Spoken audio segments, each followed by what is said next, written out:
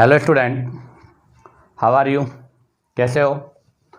देखो, हमारा टॉपिक चल रहा था मैटर इज आवर सराउंडिंग, और मैटर इज आवर सराउंडिंग का हमने एक पोर्शन कंप्लीट कर लिया, स्टेट ऑफ मैटर्स। कहने का मतलब है हमने जो हमारा टॉपिक स्टार्ट किया था वो था मैटर, और उस मैटर के अंदर हमने फर्स्ट हमारा जो था प्रॉपर्टीज ऑफ मैटर्स, ये कंप्लीट हो गया था। नंबर 2 हमारा था स्टेट्स ऑफ मैटर, ये पोर्शन भी हमारा कंप्लीट हो चुका था। आज हम इसके अंदर second portion changing of state of matter के बारे में डिस्कस करेंगे। कहने का मतलब है आज के इस वीडियो लेक्चर का जो पॉइंट है वो है कि हम मैटर की स्टेट को कैसे चेंज करें, अर्थात सॉलिड से लिक्विड, लिक्विड से सॉलिड। तो देखिएगा, आज का हमारा सेकंड पोर्शन है changing of state of matter. जैसे मैंने लिया है सॉलिड, जिसकी मैं आइस ले लूँ, इसको हीट करेंगे, सॉलिड किस में चेंज हो जाएगा? लिक्विड में। जैसे आइस से क्या बन जाएगा? वाटर। इसको हीट करेंगे, बताओ, इसको हीट करेंगे तो क्या बन जाएगी यहाँ से? स्टीम, जिसको हम कौन सी फेज बोलेंगे?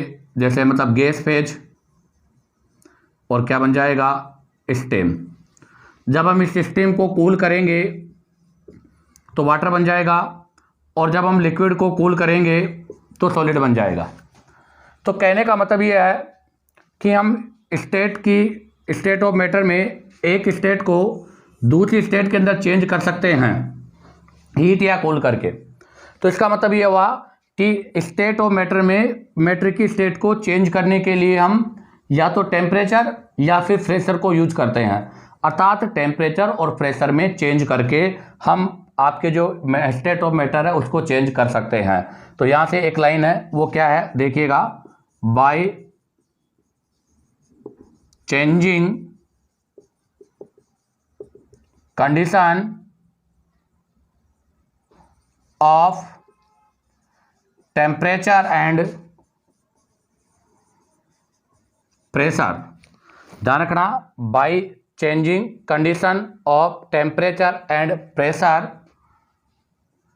We change states of matter. कहने का मतलब यह है कि अगर हम टेम्परेचर और प्रेशर की कंडीशन को अगर चेंज कर देते हैं, अगर हम टेम्परेचर और प्रेशर की कंडीशन को चेंज कर देंगे तो आपका जो मैटर का स्टेट है वो भी क्या हो जाएगा? चेंज हो जाएगा। तो हमारे पास सबसे मेन पॉइंट ये बना कि हम जो पॉइंट डिस्कस कर रहे हैं changing of state of matter, उसके लिए सबसे मेन पॉइंट है एक टेम्परेचर और एक इंपॉर्टेंट पॉइंट है प्रेशर। अब आप यहाँ से इसका स्क्रीनशॉट लीजिएगा। अब हम यहाँ से टेम्परेचर और प्रेशर के बारे में डिस्कस करेंगे।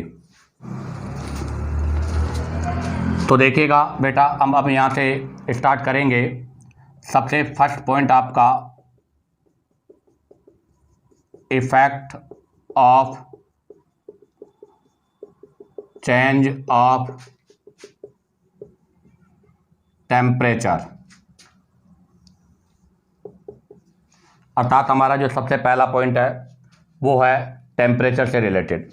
तो effect of change of temperature, और इसके अंदर भी हम जो फर्स्ट पॉइंट डिस्कस करेंगे वो होगा सॉलिड इनटू लिक्विड, एक सॉलिड को लिक्विड में चेंज करना। तो देखो बेटा, सॉलिड को लिक्विड में चेंज करने के लिए मैं एक आपको एक्सपेरिमेंटल टाइप इसको बताता हूँ। एक्सपेरिमेंटल टाइप क्या है कि जैसे मान लीजिएगा ये गिलास है, और इस गिलास के अंदर हमने ये आइस, बर्फ भर दी है, और इसके नीचे यहाँ पर ये बर्नर लगा दिया। बर्नर लगा के इसको हम गर्म करेंगे, और इसके अंदर ये एक थर्मामीटर, ये थर्मामीटर लगा दिया। इसके अंदर ये आइस भरी हुई है, और ये आपका लैंप है। अब जैसे जैसे इसको हम हीट करेंगे इसकी स्टेट चेंज होती जाएगी। और इसका जो टेम्परेचर है उसको हम थर्मामीटर में मेजर करते जाएंगे। तो जब हम आइस थी स्टार्टिंग में सॉलिड है, आइस है तो इसका मतलब सॉलिड है, इसको हीट देंगे ये लिक्विड फॉर्म में आएगी। जैसे लिक्विड फॉर्म आएगी इस टेम्परेचर को हम थर्मामीटर में मेजर करेंगे। तो इसका ऑब्जर्वेशन जो है वो किस तरह से ऑब्जर्वेशन लिखेंगे हम, तो देखिएगा इसका ऑब्जर्वेशन कैसे लिख रहा हूँ बेटा, वो देखिएगा।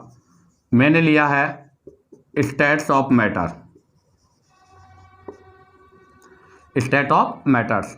सेकेंड हमने लिया है स्टेट ऑफ मैटर्स के बाद में टेम्परेचर, और थर्ड पॉइंट हमने लिया है टाइम। अब आप देखो हमने सबसे पहले जो स्टार्ट किया है वो कहाँ से स्टार्ट किया है, स्टेट ऑफ मैटर में सॉलिड, और सॉलिड का मतलब क्या हो गया, आइस।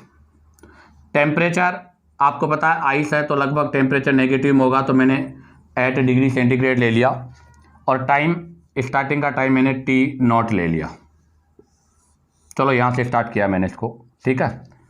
अब आप देखो, आप इसको ऐसे रख लो। अब आप देखिएगा मैं यहाँ से इसको क्या करूँगा, हीट दूंगा, हीट गिवन।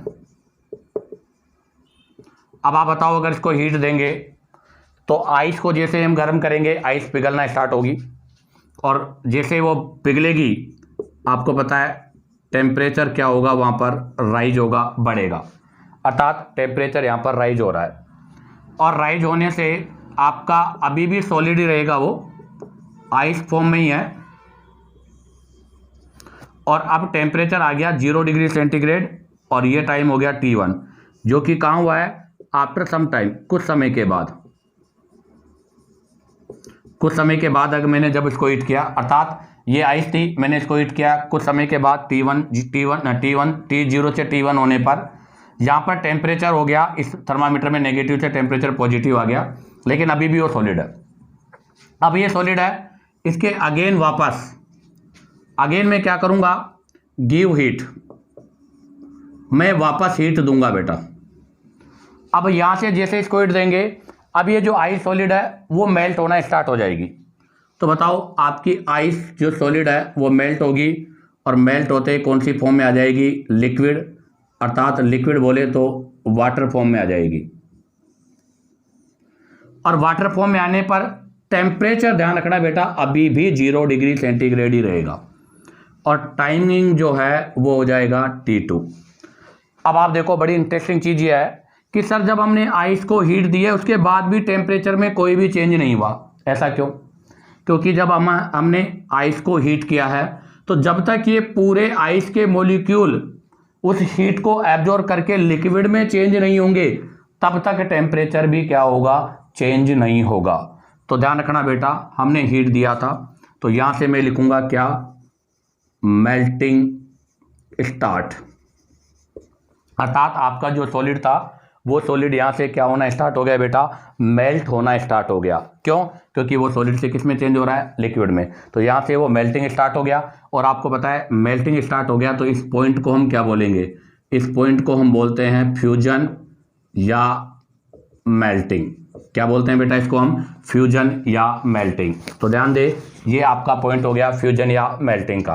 अब सुने, मैंने इसको हीट दिया है, हीट देने से आपको पता है क्या होगा, ये सॉलिड पार्टिकल्स है, और आपको पता है कि जो सॉलिड के पार्टिकल्स होते हैं वो बहुत क्लोजर होते हैं, बहुत ही क्लोजर होंगे इस तरह से। और अगर वो इस तरह से क्लोजर होंगे तो आपको पता है उनके बीच में हाईली अट्रैक्शन फोर्स होगा, और इनका काइनेटिक एनर्जी भी क्या होगा, कम होगा। तो जैसे ही मैंने इनको हीट दिया है, हीट देते ही क्या होगा, काइनेटिक एनर्जी ऑफ पार्टिकल्स क्या होगी बेटा, बढ़ जाएगी। अर्थात जो आपके पार्टिकल्स हैं इन पार्टिकल्स की काइनेटिक एनर्जी बढ़ जाएगी। अब बताओ अगर इन पार्टिकल्स की काइनेटिक एनर्जी बढ़ जाएगी तो force of attraction, force of attraction between particles, अर्थात आपके जो पार्टिकल्स है उनके बीच में जो फोर्स ऑफ अट्रैक्शन है वो क्या हो जाएगा बेटा, डिक्रीज हो जाएगा। अब बताओ अगर उन पार्टिकल्स के बीच में अट्रैक्शन फोर्स डिक्रीज हो जाएगा तो पार्टिकल्स वाइब्रेट करना स्टार्ट कर देगा। तो हम क्या लिखेंगे नेक्स्ट पॉइंट में, पार्टिकल्स स्टार्ट वाइब्रेटिंग, अर्थात आपका जो पार्टिकल्स है वो वाइब्रेटिंग स्टार्ट कर देगा। किसके साथ में बेटा? विद ग्रेटर स्पीड, बहुत फास्ट गति से वो वहाँ पर क्या करेगा? आपका वाइब्रेट करना स्टार्ट कर देगा। अब बताओ, अगर वो वाइब्रेट करेगा तो इसका मतलब क्या है? मूव करने के लिए फ्री हो गया। अब बताओ, अगर वो मूव करने के लिए फ्री हो गया तो सॉलिड किस में चेंज हो जाएगा? लिक्विड में चेंज हो जाएगा। तो नेक्स्ट पॉइंट हम लिखेंगे स्टार्ट मूविंग फ्रीली। तो ध्यान रखना, स्टार्ट मूविंग फ्रीली, अर्थात वो मूव करने के लिए फ्री हो गया।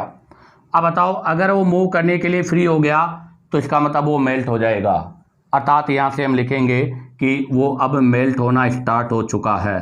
तो मेल्टिंग स्टार्ट। अब बताओ, अगर मेल्टिंग स्टार्ट हो रहा है, बट आपको पता है अभी मैंने कहा था कि वो मेल्ट तो हो रहा है लेकिन बेटा उसके टेम्परेचर में चेंज नहीं होगा। क्यों? क्योंकि जब तक आइस के जितने भी ये पार्टिकल्स है ये सभी के सभी जो भी हम टेम्परेचर देंगे उसको कंटेन करेंगे और सारे के सारे किस में कन्वर्ट हो जाएंगे? लिक्विड में। तो जब तक कंप्लीट मॉलिक्यूल लिक्विड में चेंज नहीं होगा तब तक नो राइज इन टेम्परेचर, अर्थात उसके टेम्परेचर में कोई भी इफेक्ट नहीं होगा। अब एक इंपॉर्टेंट लाइन क्या है वो सुनना। इंपॉर्टेंट लाइन ये है बेटा कि हमने यहां पर इसको हीट दी है। क्या दी है? हीट। और हीट देने के बाद भी इसका टेम्परेचर चेंज नहीं हो रहा, तो फिर ये हीट गई कहां? बताओ, मैंने इसको हीट किया है, उसके बाद भी टेम्परेचर चेंज नहीं हो रहा। हाँ, स्टेट चेंज हो रहा है बट टेम्परेचर चेंज नहीं हो रहा। तो हमने इसको हीट दी है बट वो हीट देने के बाद भी टेम्परेचर चेंज नहीं हो रहा। तो बताओ बेटा, ये टेम्परेचर गया कहाँ? इसलिए अब हम यहाँ से एक स्पेशल टर्म्स पढ़ेंगे। वो टर्म्स क्या है वो सुने आप। अब हम पढ़ेंगे यहाँ से लेटेंट हीट। अब क्या होती है लेटेंट हीट? अर्थात हमने इसको हीट दिया है फिर भी टेम्परेचर चेंज नहीं हो रहा, तो वो जो हीट है वो लेटेंट हो गई। लेटेंट का मतलब होता है बेटा हिडन, छुप जाना।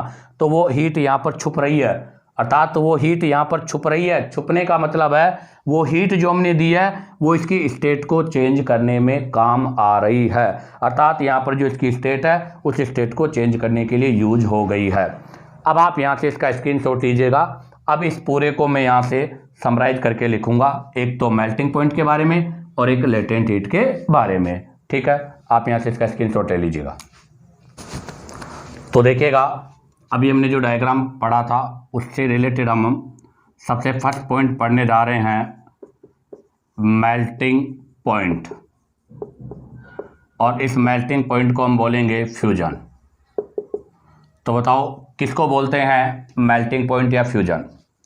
तो अभी हमने कहा था कि सॉलिड से लिक्विड में चेंज हो रहा है, तो एक पर्टिकुलर ऐसा टेम्परेचर जिसके ऊपर आपका एक सॉलिड लिक्विड में चेंज हो जाता है, अर्थात एक ऐसा टेम्परेचर जहां पर आपका सॉलिड लिक्विड में चेंज हो जाएगा, उस टेम्परेचर को हम मेल्टिंग पॉइंट बोलते हैं। तो डेफिनेशन क्या हो जाएगी? At temperature the temperature at which, मतलब वो टेम्परेचर जिसके ऊपर a solid start to converting into liquid, अर्थात एक ऐसा temperature, the temperature at which a solid start to converting into liquid, एक ऐसा टेम्परेचर जहां पर आपका सॉलिड लिक्विड में कन्वर्ट हो जाता है। कहां पर? एट एटमॉस्फेरिक प्रेशर, जिसके बारे में हमने आपको पहले ही गैसियस फेज में डिस्कस किया था। तो to converting into liquid at atmospheric pressure is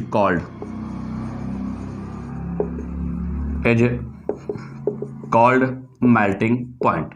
तो शॉर्ट एंड स्वीट में अगर मैं कहूं तो यही है कि एक ऐसा टेम्परेचर जहां पर आपका सॉलिड लिक्विड में कन्वर्ट होना स्टार्ट हो जाता है, उस स्टार्टिंग पॉइंट को हम क्या बोलते हैं बेटा?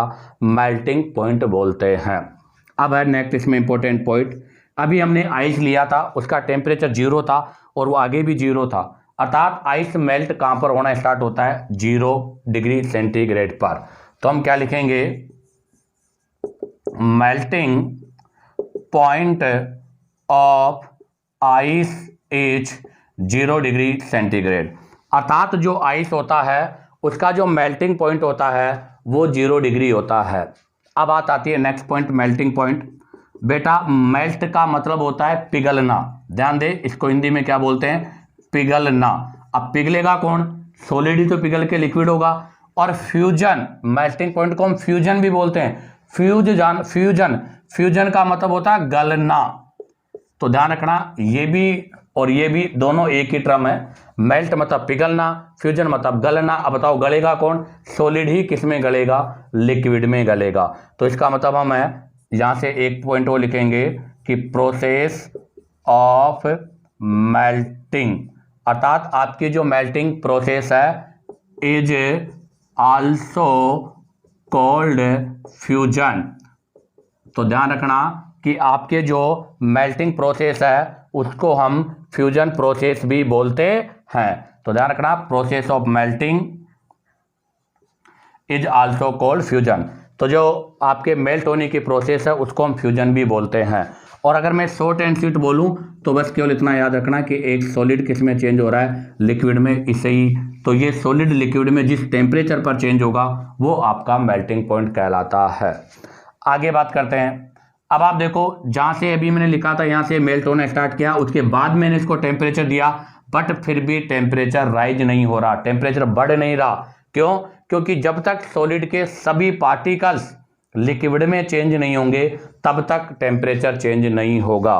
तो हम यहां से एक और पॉइंट लिखेंगे, क्या पॉइंट है वो देखिएगा, आफ्टर दिस टाइम। कौन से time, after this temperature, after this temperature, इस मेल्टिंग पॉइंट के बाद, after this temperature melting point के बाद, हीट गिवन, हमने हीट दी है, अभी हमने लिखा था ना मेल्टिंग स्टार्ट, तो उसके बाद हीट दी, हीट देने के बाद भी टेम्परेचर क्या नहीं हुआ, चेंज नहीं हुआ। तो हम लिख रहे हैं कि आफ्टर दिस टेम्परेचर, अर्थात मेल्टिंग पॉइंट के बाद में हीट गिवन, हमने हीट दी है, but temperature of system does not change, लेकिन फिर भी हमारा जो सिस्टम है उसका जो टेम्परेचर है वो चेंज नहीं हो रहा। तो बताओ, हमने हीट दी है फिर भी सिस्टम का टेम्परेचर चेंज नहीं हो रहा, तो ये हीट गई कहाँ, और हमने कहा था इसी हीट को हम क्या बोल रहे थे बेटा, लेटेंट हीट, अर्थात हिडन हीट है। हमने heat the but temperature change नहीं हुआ, बट हीट तो हमने दी है, तो यही हीट क्या कहलाती है, लेटेंट हीट कहलाती है। तो अब आप यहाँ से इसका स्क्रीनशॉट लीजिएगा। अब हम यहाँ से लेटेंट हीट के बारे में डिस्कस करेंगे। तो देखिएगा, अब हम यहाँ से डिस्कस करेंगे लेटेंट हीट के बारे में।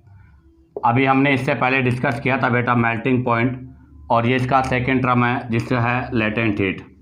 अभी हमने कहा था लेटेंट हीट हम डिस्कस कर रहे हैं, और लेटेंट का मतलब होता है बेटा हिडन, छुपा हुआ होना। क्योंकि हमने कहा था कि हमने टेम्परेचर मतलब हीट दी है, हीट देने के बाद भी टेम्परेचर चेंज नहीं हो रहा, तो इसका मतलब वो हीट गई कहाँ, वो हीट वहाँ पर छुपी हुई है, और उस छुपी हुई हीट को हम क्या बोलते हैं, लेटेंट हीट। तो बताओ इसकी डेफिनेशन क्या होगी। तो सिंपल सी इसकी डेफिनेशन हो गई कि स्टेट ऑफ मैटर को चेंज करने के लिए जो एनर्जी की रिक्वायर्ड है, अर्थात अभी सॉलिड था, उस सॉलिड को लिक्विड में चेंज करने के लिए एक एनर्जी की रिक्वायर्ड है, और ये एनर्जी की जो रिक्वायर्ड है उसको ही हम लेटेंट हीट बोलते हैं। डेफिनेशन बनेगी हीट या energy required to change state of substance, अर्थात एक सब्सटेंस की स्टेट को चेंज करने के लिए हमें जो हीट या एनर्जी की रिक्वायर्ड होती है, उस हीट या एनर्जी को ही हम क्या बोलते हैं बेटा, लेटेंट हीट बोलते हैं। अब बात आती है कि आपकी जो लेटेंट हीट है इसकी यूनिट क्या होगी, तो इसकी यूनिट होती है जूल पर केजी, अर्थात लेटेंट हीट को मेजर करने के लिए हम जूल पर केजी यूज करते हैं। अब बात आता है किसका क्लासिफिकेशन। तो बेटा लेटेंट हीट जो होती है वो 2 टाइप की होती है। एक तो हो गई लेटेंट हीट ऑफ फ्यूजन, एक तो क्या हो गई बेटा आपकी लेटेंट हीट ऑफ फ्यूजन, और एक क्या हो जाएगी बेटा लेटेंट हीट ऑफ वेपराइजेशन। अर्थात 2 टाइप की हीट है, एक हो गई लेटेंट हीट ऑफ वेपराइजेशन और एक हो गई आपकी लेटेंट हीट ऑफ फ्यूजन। तो एक हो गई लेटेंट हीट ऑफ फ्यूजन और एक हो गई आपकी लेटेंट हीट ऑफ वेपराइजेशन। अब बताओ लेटेंट हीट ऑफ फ्यूजन किसको बोलते हैं? तो हमने कहा था फ्यूज का मतलब है सॉलिड टू लिक्विड, और वेपराइजेशन का मतलब क्या है बेटा लिक्विड टू गैस। अर्थात सॉलिड को लिक्विड में कन्वर्ट करने के लिए रिक्वायर्ड एनर्जी फ्यूजन कहलाएगी, और लिक्विड को गैस में कन्वर्ट करने के लिए रिक्वायर्ड एनर्जी क्या कहलाएगी वेपराइजेशन कहलाएगी। तो यहाँ पर आएगा to convert solid into liquid, अर्थात एक सॉलिड को लिक्विड में कन्वर्ट करने के लिए रिक्वायर्ड एनर्जी। और यहाँ क्या लिखा जाएगा बताओ to convert liquid into gas gases, अर्थात एक लिक्विड को गैस में कन्वर्ट करने के लिए रिक्वायर्ड एनर्जी कहलाएगी लेटेंट हीट ऑफ वेपराइजेशन, और एक सॉलिड को लिक्विड में कन्वर्ट करने के लिए रिक्वायर्ड एनर्जी कहलाएगी लेटेंट हीट ऑफ फ्यूजन।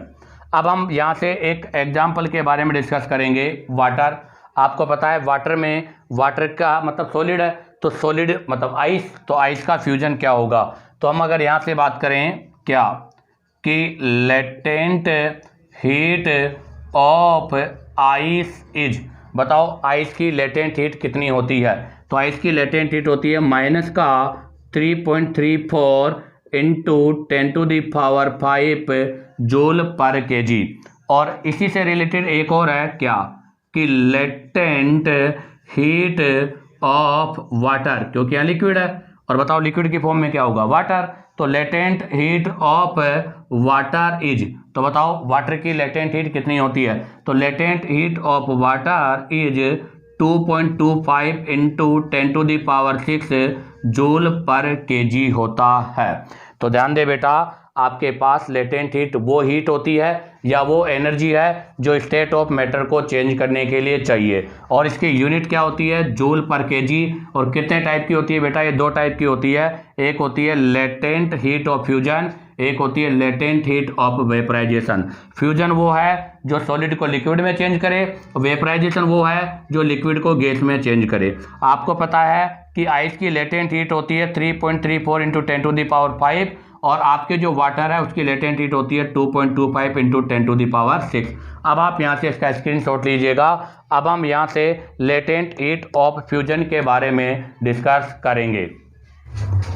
तो देखिएगा बेटा, अब हम डिस्कस करेंगे लेटेंट हीट ऑफ फ्यूजन के बारे में डिस्कस करने जा रहे हैं। तो हमारा पॉइंट है अब लेटेंट हीट ऑफ फ्यूजन। तो अभी हमने कहा था कि लेटेंट हीट का मतलब होता है स्टेट ऑफ मैटर को चेंज करने के लिए required energy.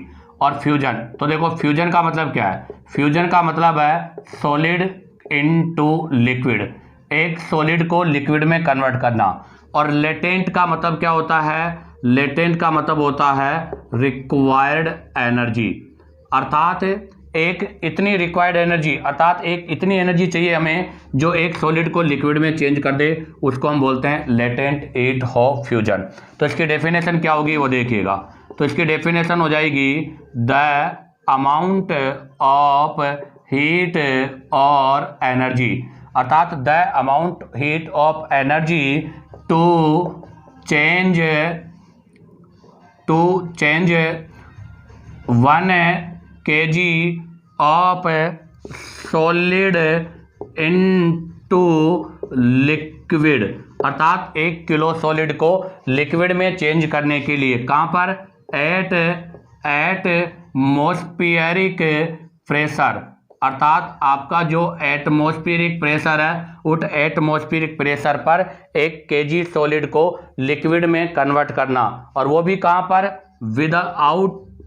Without any change it's melting point, अर्थात इसके मेल्टिंग पॉइंट में कोई भी चेंज नहीं होना चाहिए। तो ध्यान दें, लेटेंट हीट ऑफ फ्यूजन हम किसको बोलेंगे कि 1 किलो सॉलिड को 1 किलो सॉलिड को आपके लिक्विड में एटमॉस्फेरिक प्रेशर पर चेंज करने के लिए रिक्वायर्ड एनर्जी, जहाँ पर उसके मेल्टिंग पॉइंट में कोई भी चेंज नहीं होता है, अर्थात without any change it's melting point, अर्थात इसके मेल्टिंग पॉइंट में कोई चेंज नहीं आना चाहिए। इसी के साथ आपका ये effect of change of temperature का first portion solid into liquid portion complete होता है। उम्मीद करता हूँ कि आपको वीडियो पसंद आया होगा। अगर आपको वीडियो पसंद आया हो तो लाइक और सब्सक्राइब करना ना भूलें।